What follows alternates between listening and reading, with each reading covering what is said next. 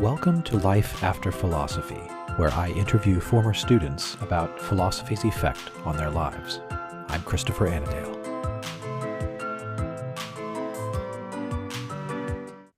Welcome to Life After Philosophy. My guest today is Brett Snow. Brett is a 2022 graduate of Mount St. Mary's University with a major in business management and a minor in philosophy. He currently works as the Director of Youth and Young Adult Formation at the Shrine of St. Martin of Tours in Louisville, Kentucky. Brett, I'm glad you're on the program. Thanks so much. I'm happy to be here. So why don't you tell us a little bit about your work that you're doing now as the Director of Youth, Young Adult Formation, and kind of Director of Religious Education. It seems that's working with all ages of people from children through young adults. Is that right? Yeah, that's right. It really came at a good time. I was working for the Navy as a remote contractor, sitting at a desk for 40 hours a week. And that was a great job and everything, but I was looking to get out of the house some more and meet people around Louisville since I just moved here. St. Martin of Tours was just made a shrine. They were expanding that role to include the creation of a young adult program, a program for young married couples, and they needed someone to also run the altar server training and scheduling. So I do all those things in addition to the CCD religious ed program, and it's been a lot of fun so far. So I get to do a lot of different things, work with different age groups, and it's very involved. So what's involved in religious education? Are you teaching classes? Are you coordinating? Are you planning activities or bringing things together that many other people are doing? Everything you said except for teaching. I'm kind of the principal of all the teachers that I kind of inherited that were already there teaching before I got the job. And so they all do a great job. And I just stepped in for the lady that was the DRE before me. And so stuff to adjust to on both sides, but it's been great. They do classes for K through 12, even though only the second grade and the 7th, 8th grade class are for sacraments. Those classes through St. Martin's are required for First Holy Communion for the second graders, and then the 7th and 8th grade class is the confirmation class. And so the rest of it is supplemental, but it builds a good community and a lot of the same families stay in it. So I've gotten to know half the church by now. Is it very rewarding work? It certainly gets you involved with the community very quickly. A lot of people see you, yes? It is, yeah. It's gone are the days of getting out of mass and getting to just walk straight to your car, which there's nothing wrong with. But it's been a great way to get to know a lot of different people I never would have beforehand. And this year's CCD just began this past Sunday, and so we're ramping back up, and I'm excited to be back. And it's started out pretty strong, pretty seamless, especially compared to my first year last year. So I'm grateful for that. Before we started, you told me that the St. Martin's of Tours had just been elevated to a shrine status. What was that like? That was just before your time, was it? So it was just after I joined. I joined about a year ago in July of 23, and they officially had a shrine commencement ceremony and mass with the Archbishop in September of 23. Wow. But those plans were already well in motion by the time I got there, and so I got to be part of it to some capacity. And yeah, it's a very dynamic place, that church. They've got the traditional Latin Mass every Sunday, as well as all the other Novus Ordo options. But it's not the kind of place that seems extreme on either end. Very balanced. Lots of parishioners or Shriners now get to double up on either of those forms of the Mass, and it's not competitive. So it's a very, very good atmosphere, a lot of reverence, a lot of holiness, and it's got a lot of evidence for that with all the families that flock to it. Is there room for creativity in the work you do in planning activities and events? Yeah, absolutely. Especially on the young adult side, I get to kind of create every event that goes on every month. Usually plan about 3 to 4 events per month on a rolling basis, and repeat the ones that work out, and retire the events that didn't have as big of a showing. So fluctuates depending on what the events are, but we'll do anything from homemade pizza night to baseball games to movie nights, reading groups. things like that. I try to get a mix of social time and some learning opportunities, catechetical opportunities. So, where's the advantage been for you in being someone who studied philosophy as part of his uh, prior education? What difference has it made for you so far? So I didn't know what philosophy was whatsoever until starting at Mount St. Mary's University in 2018. Started out with the core philosophy classes, foundations of philosophy with the ancient Greek philosophers and all of that. And then the second semester got into the modern age philosophy, and watching the historical arc of thought was just really fascinating to me. And I knew right away that it was something I wasn't going to let go. And that's definitely been the case post college. I've tried to keep up with reading and furthering education with myself, and just taking interest to the saints and a lot of their thought. Augustine's Confessions is a big one that I'm going to read many times, hopefully. And St. Thomas Aquinas is one that I try to use all the time. As a Catholic, he's done so much great work with the virtues and formulating a good moral life, and it's definitely relevant to everyday life. So I don't know what I would do without philosophy. It's been really great. That in tandem with theology is pretty much my entire world, and so I think of that every day. And I'm really, really grateful for Mount St. Mary's and all the great professors I had there. And yeah, part of the goal is to spread some of that, help people engage with it past college if they're like me and wanted it to keep going. Do you find that having some of this philosophy education connects you to people in the community more, or it gives you, some kind of connection with some of the people that you're working with or teaching, either adults or students? I think so, definitely. One great takeaway from chewing through some philosophies, some different philosophical traditions, is that people come from different beginning places, some different first principles.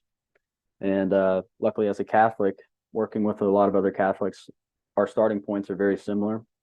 We can all work around the same values, but there are times for sure when uh, some background in philosophy is going to really help you empathize with other people you run into, see where they're starting from, and start to find common ground through.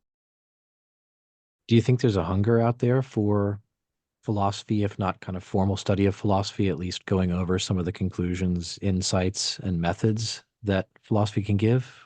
Hunger either among the young or among adults. I think so, definitely. And then the big thing that I was surprised and attracted to when first engaging with philosophy at the Mount was the fact that it's everywhere, and the fact that it had been under everything I'd been learning in grade school up until college, especially under theology. And so, to oversimplify it, I was fascinated that philosophy is as far as the human mind can get before faith steps in and it becomes theology.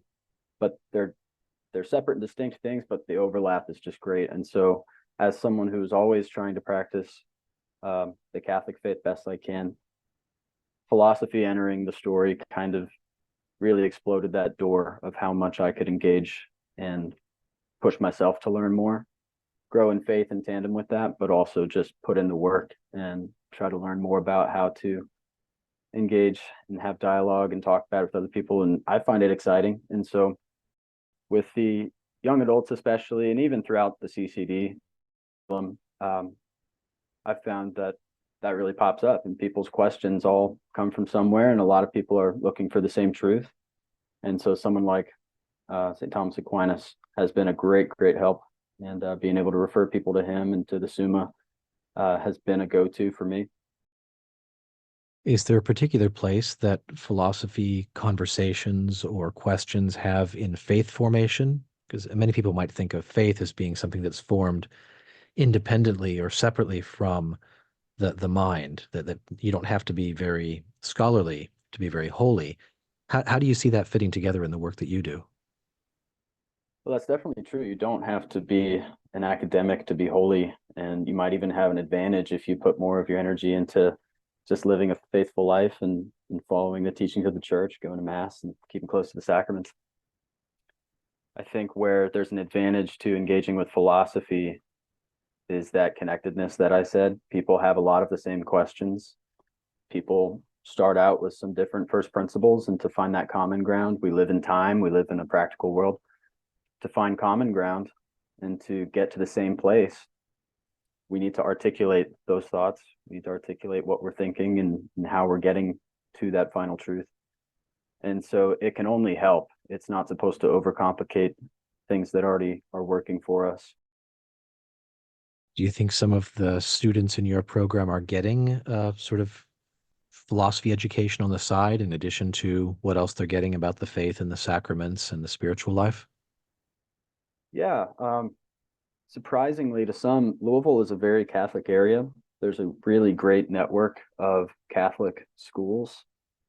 So many of the students in the CCD program are doubling up, as it were, with going to Catholic school and getting theology and some philosophy, and then showing up on Sundays for CCD, either for the friends or for the sacraments or just to keep it going. And so whether we get it through our program at CCD, it's present everywhere. And it comes through the teachers as well, I know. And so, yeah, it's definitely there. And if I'm called into a classroom one day to help with a tricky question, as far as I can, a lot of times I'll resort back to it and try to get a fun conversation going. And so really gets the gears turning. I think it's very useful. Now, I've been teaching philosophy to teenagers for many years now, teenagers and people in their 20s and older. And I've wondered sometimes what would be the effect on students of having a good philosophy formation earlier in their career when they were younger, when they were in CCD or elsewhere. What kind of downstream effects do you think there could be for young people who are getting more and better philosophy formation earlier in their school career, maybe when they're in high school or middle school? So I think those are critical years. Kids are growing up with all kinds of influences. It's important to go back to that classic, do we teach them what to think or how to think or both? And what's the mix there? And so philosophy definitely leans into how to think and following very logical premises and to their conclusions is basically the formula for how to get anywhere with a belief system or just even basic things. And so I think for kids to engage with that, the earlier the better, definitely. What were the philosophy courses that had the biggest effect on you when you were a student at the Mount? Yeah, definitely the first two, as I mentioned, because they were the first instances I was engaging with it. So the foundations of philosophy, going through Aristotle, Plato, Socrates, and all that was just awesome. That was with Dr. Josh Hochschild, and he was amazing. And then after that, philosophy in the modern age with Jesse Jordan really showed kind of the shift in the philosophical world into a lot of the issues, frankly, we have today, and how that's stemmed into all kinds of different things. And it's cool too how the church has responded to it and how philosophers refer back to the classics even in this day, and what holds up in tandem with the faith. Augustine's Confessions, I was in a reading group led by Dr. Brown. The semester COVID hit and we all got sent home. So we got maybe 7 or 8 weeks into that, just a once a week reading group with the Confessions. But I went home after we all got sent home for COVID and finished the book. And I've read it at least one more time since. And that is kind of where I knew it would have to merge for the rest of my life. And philosophy and theology and my faith all overlapped, and there was no separating them anymore. There was no living without philosophy at work. And so that ethics again shows just how practical piecing through these philosophical concepts can be. That leans a lot on Aquinas. And so that was probably a big introduction to Aquinas, more so than I'd ever had. And then just taking a big step back, taking logic with you was great with all those seminarians. I got a special case where I was the only undergrad student in the seminary logic class, and that was just such a privilege and a great time. I remember. Yeah, yeah, that was fantastic. But really, all of it, just having that well-rounded philosophical background. And sad to say, I could only get a minor, but if I could go back into it with fresh eyes, maybe would have considered a major as well to my business degree. But yeah, on top of that, Three Rival Moral Theories with Jesse Jordan really shows that debate between schools of thought and philosophy. And I found that really enjoyable, a little more challenging, but I think it was a challenge I was hungry for. And then my last semester in undergrad, I took Islamic philosophy with Dr. Miller. And yeah, that just shows that it just ever expands. It doesn't stop, and everybody comes from different starting points, like I said. And I just found all of it to be so enjoyable, but at the same time, something that is real and something that I would take with me forever. It's great stuff. Now, I've been visualizing you in the teaching of CCD and sort of young children or, teenagers even, but you also do adult faith formation and young adult work. And it seems to me that if you have young adults who are engaged with this type of thing, they of course are very practical minded. They're focused. They have jobs. They're not in school. Where do you see that kind of the kind of work that you do, including the philosophical elements in it, touching their lives as they are living? I mean, maybe many of them sort of very, very worldly, successful, and ambitious life plans. Where does the philosophy and the theology that you're working for fit in to their work-life balance? Do you see what I'm asking? Yeah, absolutely. I think working professionals, especially at my age, early 20s, bleeding into 30s, wherever you are in your career, whether you're starting out or whether you're set in what you're doing, I think that desire for truth and higher truth is always going to be there, especially for Catholics. And so, upon starting the young adult group, started with a lot of crowd pleasers and trying to draw people in, like baseball games and uh, potlucks and movie nights and things like that. But as I got to know people and asking them what we're looking for as far as supplementing some learning with the faith and some engagement with the sacraments and things like that, we've had adoration nights, which is a tangible way to engage. But I think a lot of people were showing signs of needing some structure, wanting to learn some more, whether they had ever touched it or whether it was all brand new to them. And so my love for the Summa and St. Thomas Aquinas kind of brought that to the forefront. And I knew that that could be a good way to start out and just read the room, check the pulse of how everyone's doing. And so that's what we've done. About every other month, we'll have a reading group. It takes about an hour and a half in the evening. I'll get a couple bottles of wine, some cheese and crackers, and we'll dive into some articles from the Summa. And we've started with talking about God, the five proofs, some differences between form and matter, efficient cause, some fundamental things. And that's been really great. I've learned a lot attempting to teach it. My whiteboard's a big help. I'll try to write out as much as I can before people start showing up so that I don't lose my train of thought. But that's been just super awesome. And I've been really happy to see the response to that. I think at most we've had something like 25 people show up. That's great. So that's tangible proof right there that people are hungry for it. And I'm happy to do what I can to try to get that going. And so I think moving forward with that, we're going to start diving into each of the virtues that Aquinas brings up, starting with faith, hope, and charity, of course. And we'll see how that goes. But I'm really excited for that. That's been one of the most fruitful parts of the job for me. Maybe surprising to some people that it's had such an enthusiastic response.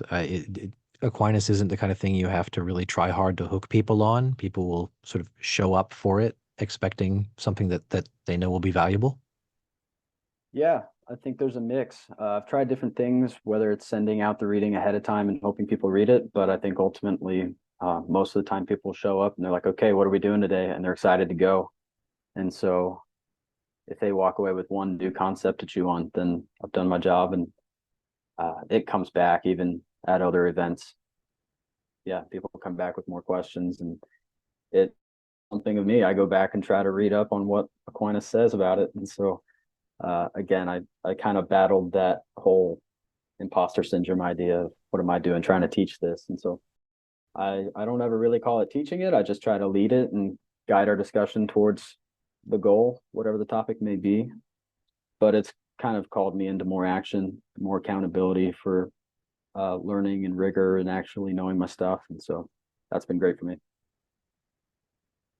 I'd love to someday trace out the sort of ripple effects that that kind of thing might have in a community like yours. Maybe you'll be there, long enough and observe the same people closely enough to see how some people's lives and activities are changing in response to some of what they're getting, and not just bringing other people to the same classes later on, but having having their lives changed for the better. Do you have any ideas about what shape that might take?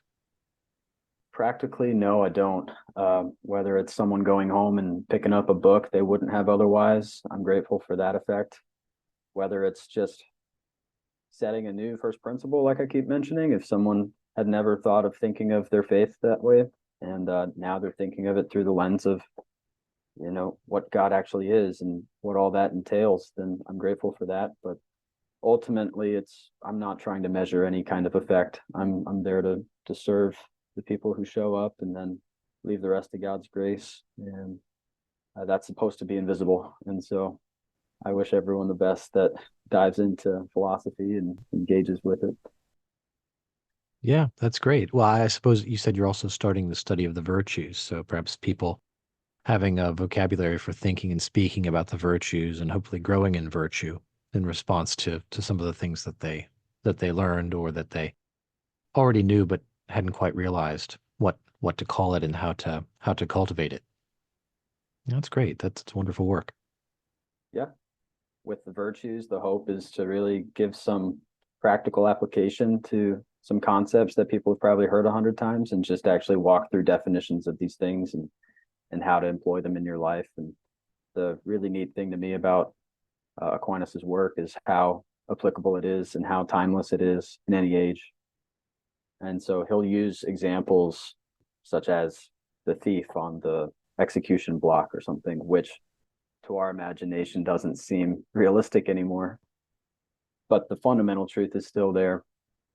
And you're able to take from that something. That's great. That's fantastic. Let me ask you the question of the show, which is what kind of advice would you give to people who were in a situation not too unlike yours from 4 or 6 years ago, people who are maybe dipping their toe into the water, taking a little bit more philosophy, getting interested, not sure if it's entirely for them or if it'll pay off down the road. What kind of advice could you give to those students today based upon what you've learned since then? The biggest piece of advice, and especially for me looking back on college, is to recognize that much of what you're learning there, you're going to take with you throughout life. So you do need to take your education seriously and recognize that it's an investment in yourself. And so what that means practically is do the reading, actually dive into what your syllabus is assigning you, because it's such good stuff. If you're into philosophy classes through a college such as Mount St. Mary's, it's going to be worthwhile. And the faculty there is just excellent. So that's the big takeaway, is please just recognize what you're doing is for your own benefit and for your own development. And that thought is something you'll take with you. And so enjoy it while you're there, engage with it while you're there, and really challenge yourself. Do the reading, do some writing, play with your own ideas with it. And ultimately, it's fun. It's supposed to be all leading up to the same truth. So I don't regret a single philosophy class I took. I wish I could have taken more. Maybe I'll go back one day. That's great. I hope you do. Thanks very much, Brett. My guest today has been Brett Snow. He is the director of youth and young adult formation at the Shrine of St. Martin of Tours in Louisville, Kentucky. Thanks very much, Brett. Thanks so much for having me.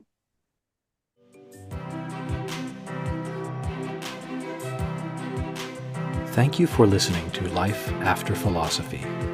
If you enjoyed the podcast, please rate it 5 stars and share this episode with a friend. I appreciate your support.